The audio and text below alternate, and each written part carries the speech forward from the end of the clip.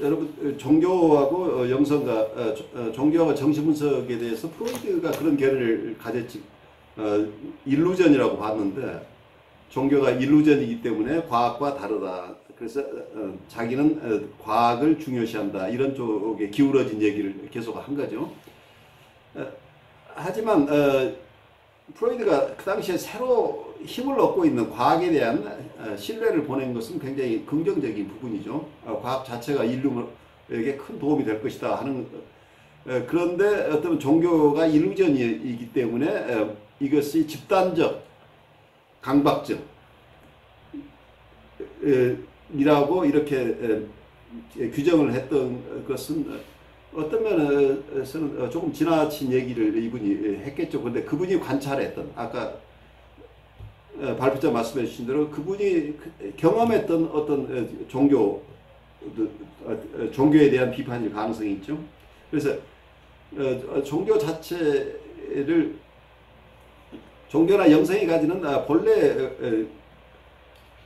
어떤 건강한 영성이나 종교 활동보다는 강박적인 모습으로 드러나는 종교 활동에 대한 비판이라고 한다면 그건 충분히 귀담아 들을 만한 내용이겠죠. 어떤 면에서는 우리가 종교 얘기 나오기 전에 개신교가 캐톨릭, 그 상태의 캐톨릭은 안 된다고 반기를 든 것은 정당한 어떤 주장이었겠죠. 그래서 개신교는 새로운 모습으로 신앙을 일신한다는 입장에서 잘 발전해 왔는데, 한편에서는 우리 거꾸로 보면 캐톨릭은 그 당시에 어쩌면 집이 불타버린 거죠. 완전히 난리가 난 거니까. 그 부패한 속에서 많은 사람들이 캐톨릭을 벗어나는 이 상황 속에서 그 위기를 돌파하는데 지주가 됐던 것은 지금 소사이어티 지저스라고 예수의 창설자인 세인트 이그나시어스, 보통 우리가 이냐시오라고 부르는데, 그분이 영신술이라는 책을 저술을 하셨어요. Spiritual Exercises. 근데 그 속에는 요즘 프로이드가 하는 얘기에 대한 정반대된 얘기를 500년 전에 하셨어요. 무슨 얘기를 하냐면, 우리가 관상기도라고, 관상하면 신비적인 기도, 신비적인 어떤 관상만을 얘기를 해요. 그 관상, 하느님께서 뜻하신다면 어떤 기적적인 일도 일어날 수 있기 때문에 그 관상이 없다는 것이 아니고, 보통의 우리가 영성을 살아가는 사람들이 할 기도는 하나님의 특별한 은총에 의해서 이루어지는 거기에만 의존할 게 아니고, 여기서 관상은 상상력을 동원한 기도예요. 그러니까 예수님의 공생활, 예수님이 태어나면서 사망하실 때까지 그 삶의 기간을 계속해서 자기의 이미지네이션 속에서, 상상 속에서 기도해 나가는 과정을 보통 원래 과거에는 그 30일 대피정이라고 해서 30일 동안 그 기도를 침묵 속에서 폐쇄된 공간에서 하는 것으로 보통은 옛날은 그렇게 하거나, 또 보통 요즘은 그분은 이제 책을 썼는데 아주 간단하게 법조문처럼 썼어요. 근데 기도하는 요령을 하나하나 이렇게 조문화해서 썼는데, 그 중에 19번이라는 주석에 나오는 것은 너무 바쁜 사람들은 그런 방식으로 할 수는 없으니까 보통 하루에 1시간 정도 이렇게 해서 한 8개월에서 9개월 정도 이렇게 하는 이런 양식도 있고, 몇 가지 기도 양식이 있는데, 거기에서 봤던 것은 뭐냐면, 지금 프로이드가 봤던 일루전이기 때문에 이게 종교는 믿을 게 아니다가 아니라, 이나시오가 봤던 것은 이미지네이션이라는 탤런트가 인간에게 주어졌는데, 이 탤런트는 굉장히 중요한 탤런트다. 그러니까 이미지네이션이 우리의 패컬티인데, 우리가 생각하는 기능이나 센싱하는 거나 띵킹하는 거나 플래닝하는 거나 여러 가지 기능 중에 있는데, 우리가 받은 아주 귀한 패컬티 중에 이 상상이 이미지네이션인데, 이 이미지네이션을 잘 활용을 해서 기도를 하게 되면 예수님을 만난다는, 실제 만날 수 있다는 이 기도법이에요. 그러니까 거기에서 어쩌면 자기가 상상이니까 이걸 일루전이라고 할지 모르지만, 우리는 일루전은 하나의 희망이라는 얘기예요. 우리가 어머니가 없을 때 어머니를 우리 마음속에 내재화시키는 것하고 똑같은 거죠. 어머니가 내 안에 있지만, 내가 어머니가 내 안에 있다고 그래서 밖에 있는 어머니가 없는 게 아니라는 얘기죠. 그런데 우리가 마음속에 예수님을 만나는 기도를 하는 사람은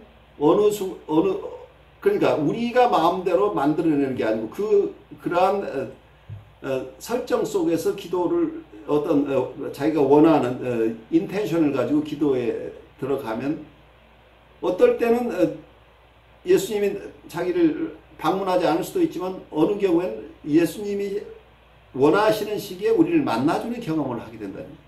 그래서 그 체험들을 하는 이런 기도인데, 그래서 아주 독특한 게 프레이어가 여기서 관상이라고 하는 컨템플레이션을 by imagination이라고 했다는 얘기예요. 실제 그러니까 이건 하나의 수련법이에요. 수련법으로서 기도를 엑서사이즈, 그러니까 트레이닝인데, 기도 훈련이라는, 기도 자체는 훈련으로 이루어지는 거지 그냥 신비 체험으로서의 기도가 아니라, 여기는 각고의 훈련을 통해서 내 나름 내가 애쓰는 과정 속에서 내가 원하는 방식이나 내가 이미지네이션 한 모습으로 예수님이 나타나는 게 아니고, 나는 전혀 내 생각은, 내 희망은 이렇지만 나를 만나시는 예수님은 전혀 어떤 분이 오실지 모른다는 거죠. 그렇기 때문에 자기 스스로를 드러내는 그 살아계 있는 하느님을 만나기 위해서 우선은 내가 애쓰는 과정을 상상을 통해서 한다, 이런 개념이었어요. 그래서 이 일루전 자체는 영성의 가장 밑바닥에 있었고, 그걸 통해서 이 예수의 영성이 발달하면서 어떠면 캐톨릭이 그 당시에 완전히 낙후됐던 것에서 새로워지는데 정신적인 지주가 된 게 예수예요. 근데 그 예수에서는 한 번도 교황이 된 적이 없어요. 이분들은 항상 교황이 필요할 때 항상 자기들이 그게 봉사하는 입장을 취했지, 본인들이 나서는 것은 적극 절대로 금지하는, 자제하는 이런 입장이었는데, 예수의 활동 자체가 또 어떠면 캐థ린 내에서도 굉장히 또 수용되지 않아서 상당한 기간 동안 폐쇄됐던 적도 있어요. 내부 이런 식으로 가난한 사람 편에 계속 서서 이렇게 하는 것이 어떠면 교회의 뷰로크라시였으면 굉장히 힘들죠. 그래서 폐쇄시켜버렸어요. 어느 순간에는. 오랫동안 폐쇄됐다가 다시 부활한 케이스인데, 이번에 그래서 종교하고 어떤 정신분석에 대한 얘기 때문에 이 얘기가 나왔는데, 현재 교황 프란치스코 교황은 본인이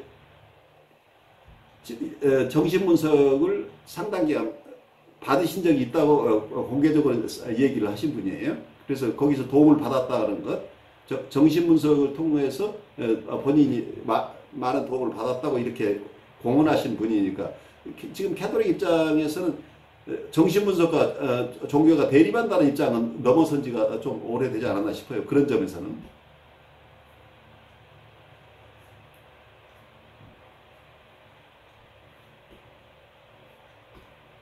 그래서 여러분들 위니카시나 우리 공부하고 있는 페어밴 같은 분도 다 개신교에서 아주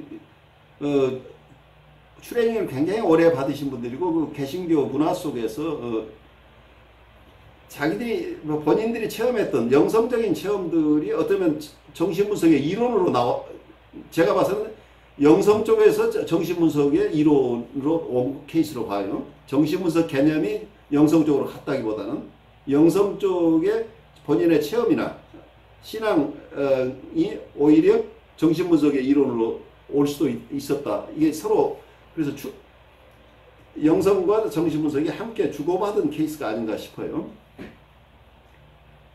그래서 인간을 이해하는데 이 가장 대립되는 것 같지만 저는 그걸 대립으로 보진 않아요. 이 양쪽에서 다 봐야만이 인간을 바르게 이해할 수 있다고 보는데, 여러분들도 각자 계속해서 소화해 나가셨으면 좋겠어요.